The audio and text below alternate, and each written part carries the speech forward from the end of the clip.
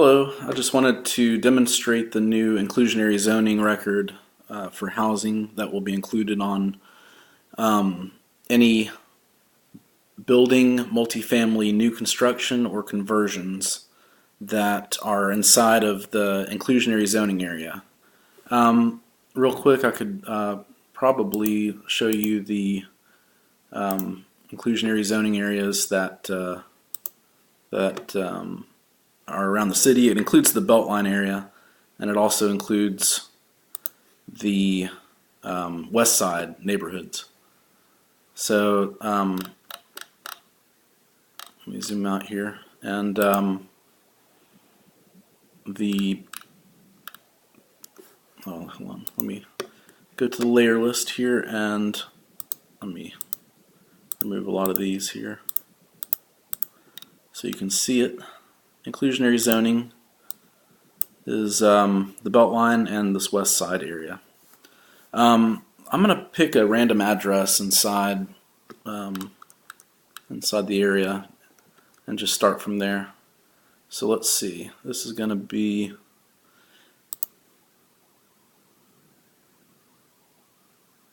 .689 Boulevard Northeast. Okay. So we'll just pick that one. We'll say somebody's going to build a new multifamily apartment building with, let's say, 36 units. Alright, so we'll start this application.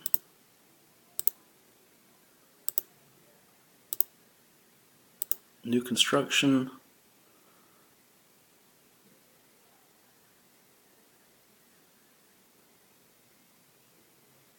Alright, and I'll just quickly fill this out.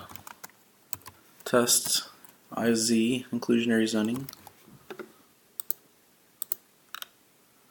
What was it? 689 Boulevard.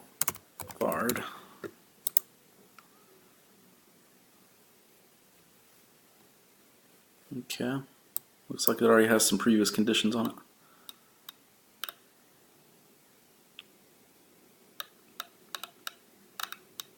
Alrighty.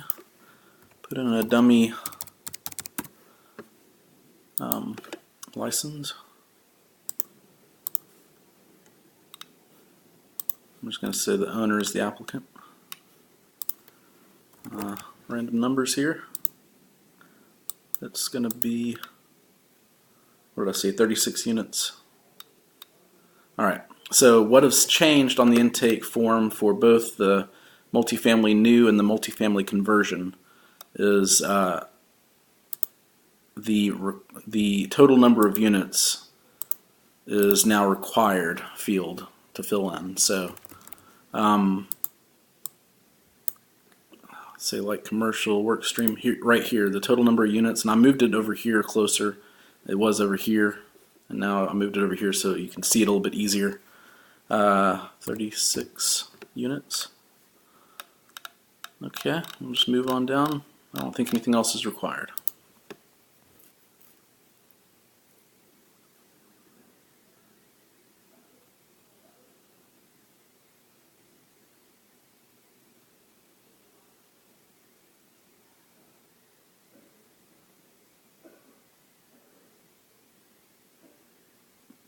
Okay.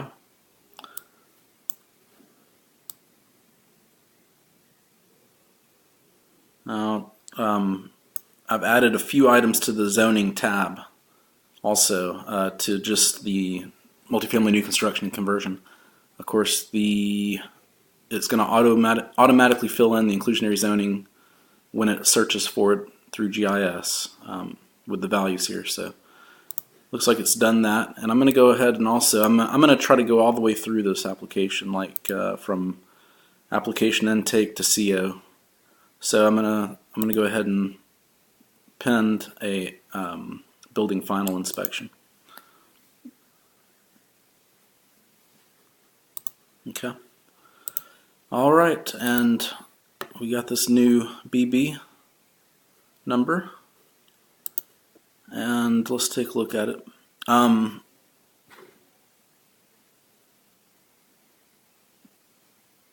Now, what it does is the inclusionary zoning is for, it only really takes effect if the multifamily units are for rent, not for sale.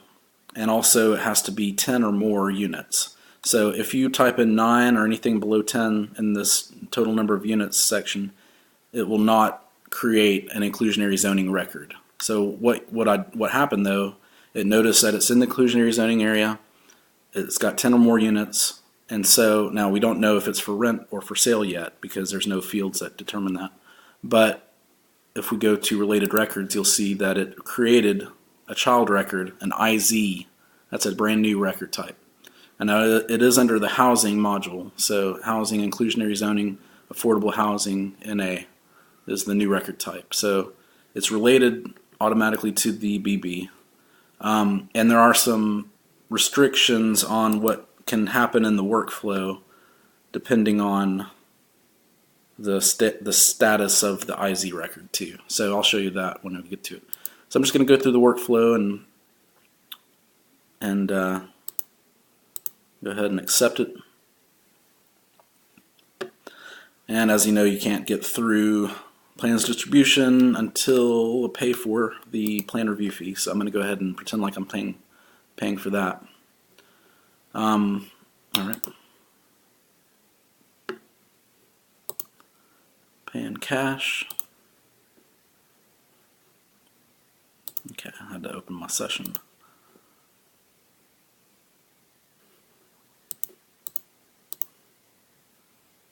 All right. It's paid for. So now we can continue on to the review.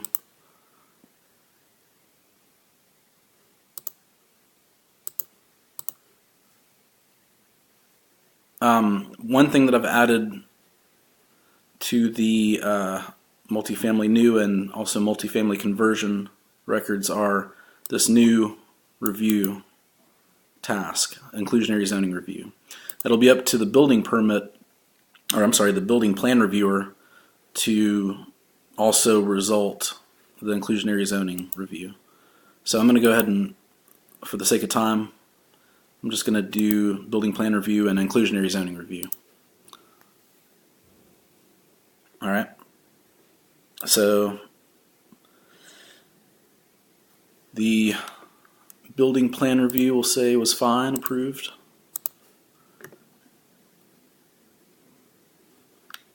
Okay.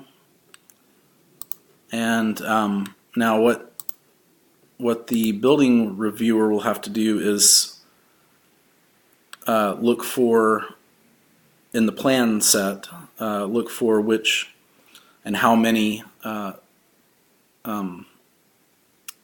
affordable housing units they've indicated on the plans are going to be set aside as affordable housing units. And the number will have to be either 10% of the total units or 15% of the total units, depending on which AMI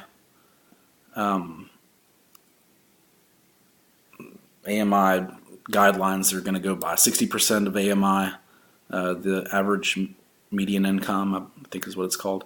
Then they have to have 10 units, 80% AMI, I'm sorry, 10% of the units, 80% AMI, they have to have 15% of the total units set aside. So now they also have the option to not comply with that and to pay a one-time in lieu fee.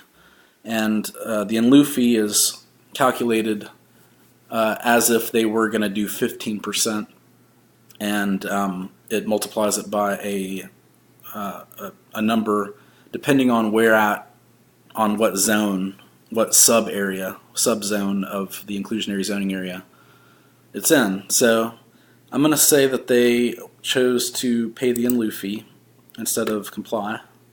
So you'd mark invoice in lieu fee.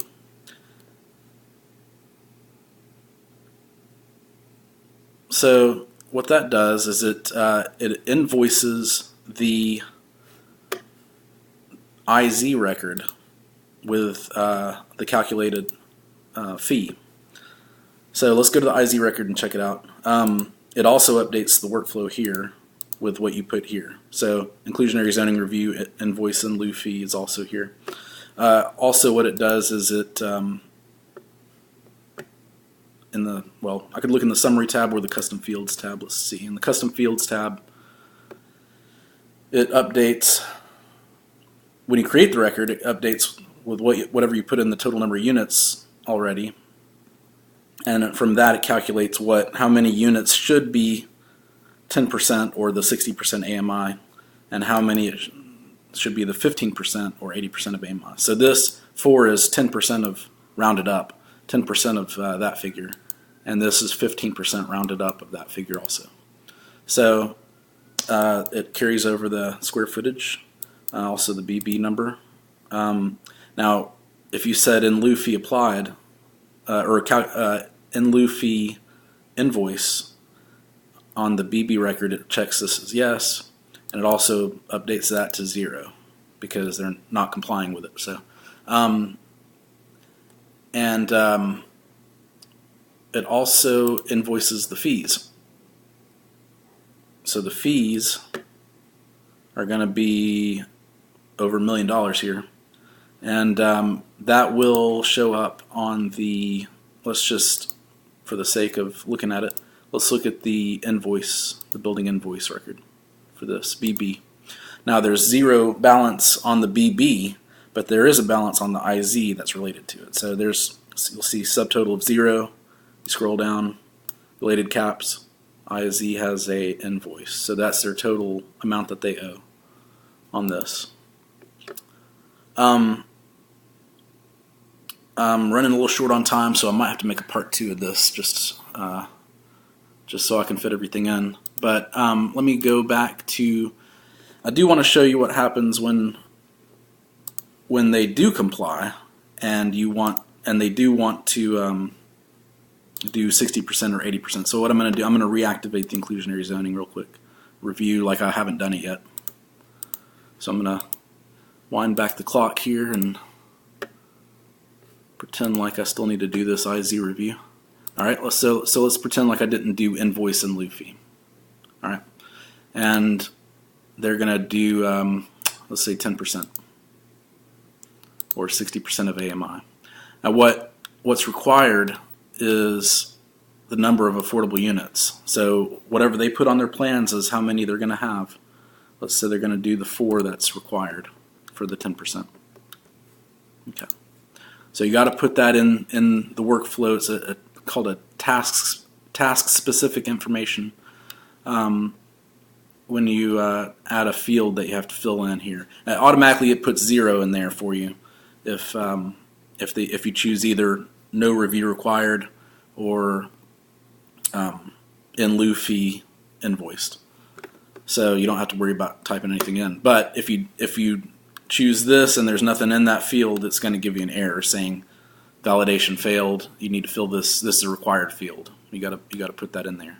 So I'll tell you what. I'm going to go ahead and stop the video right now, and I'll pick it up with a part 2.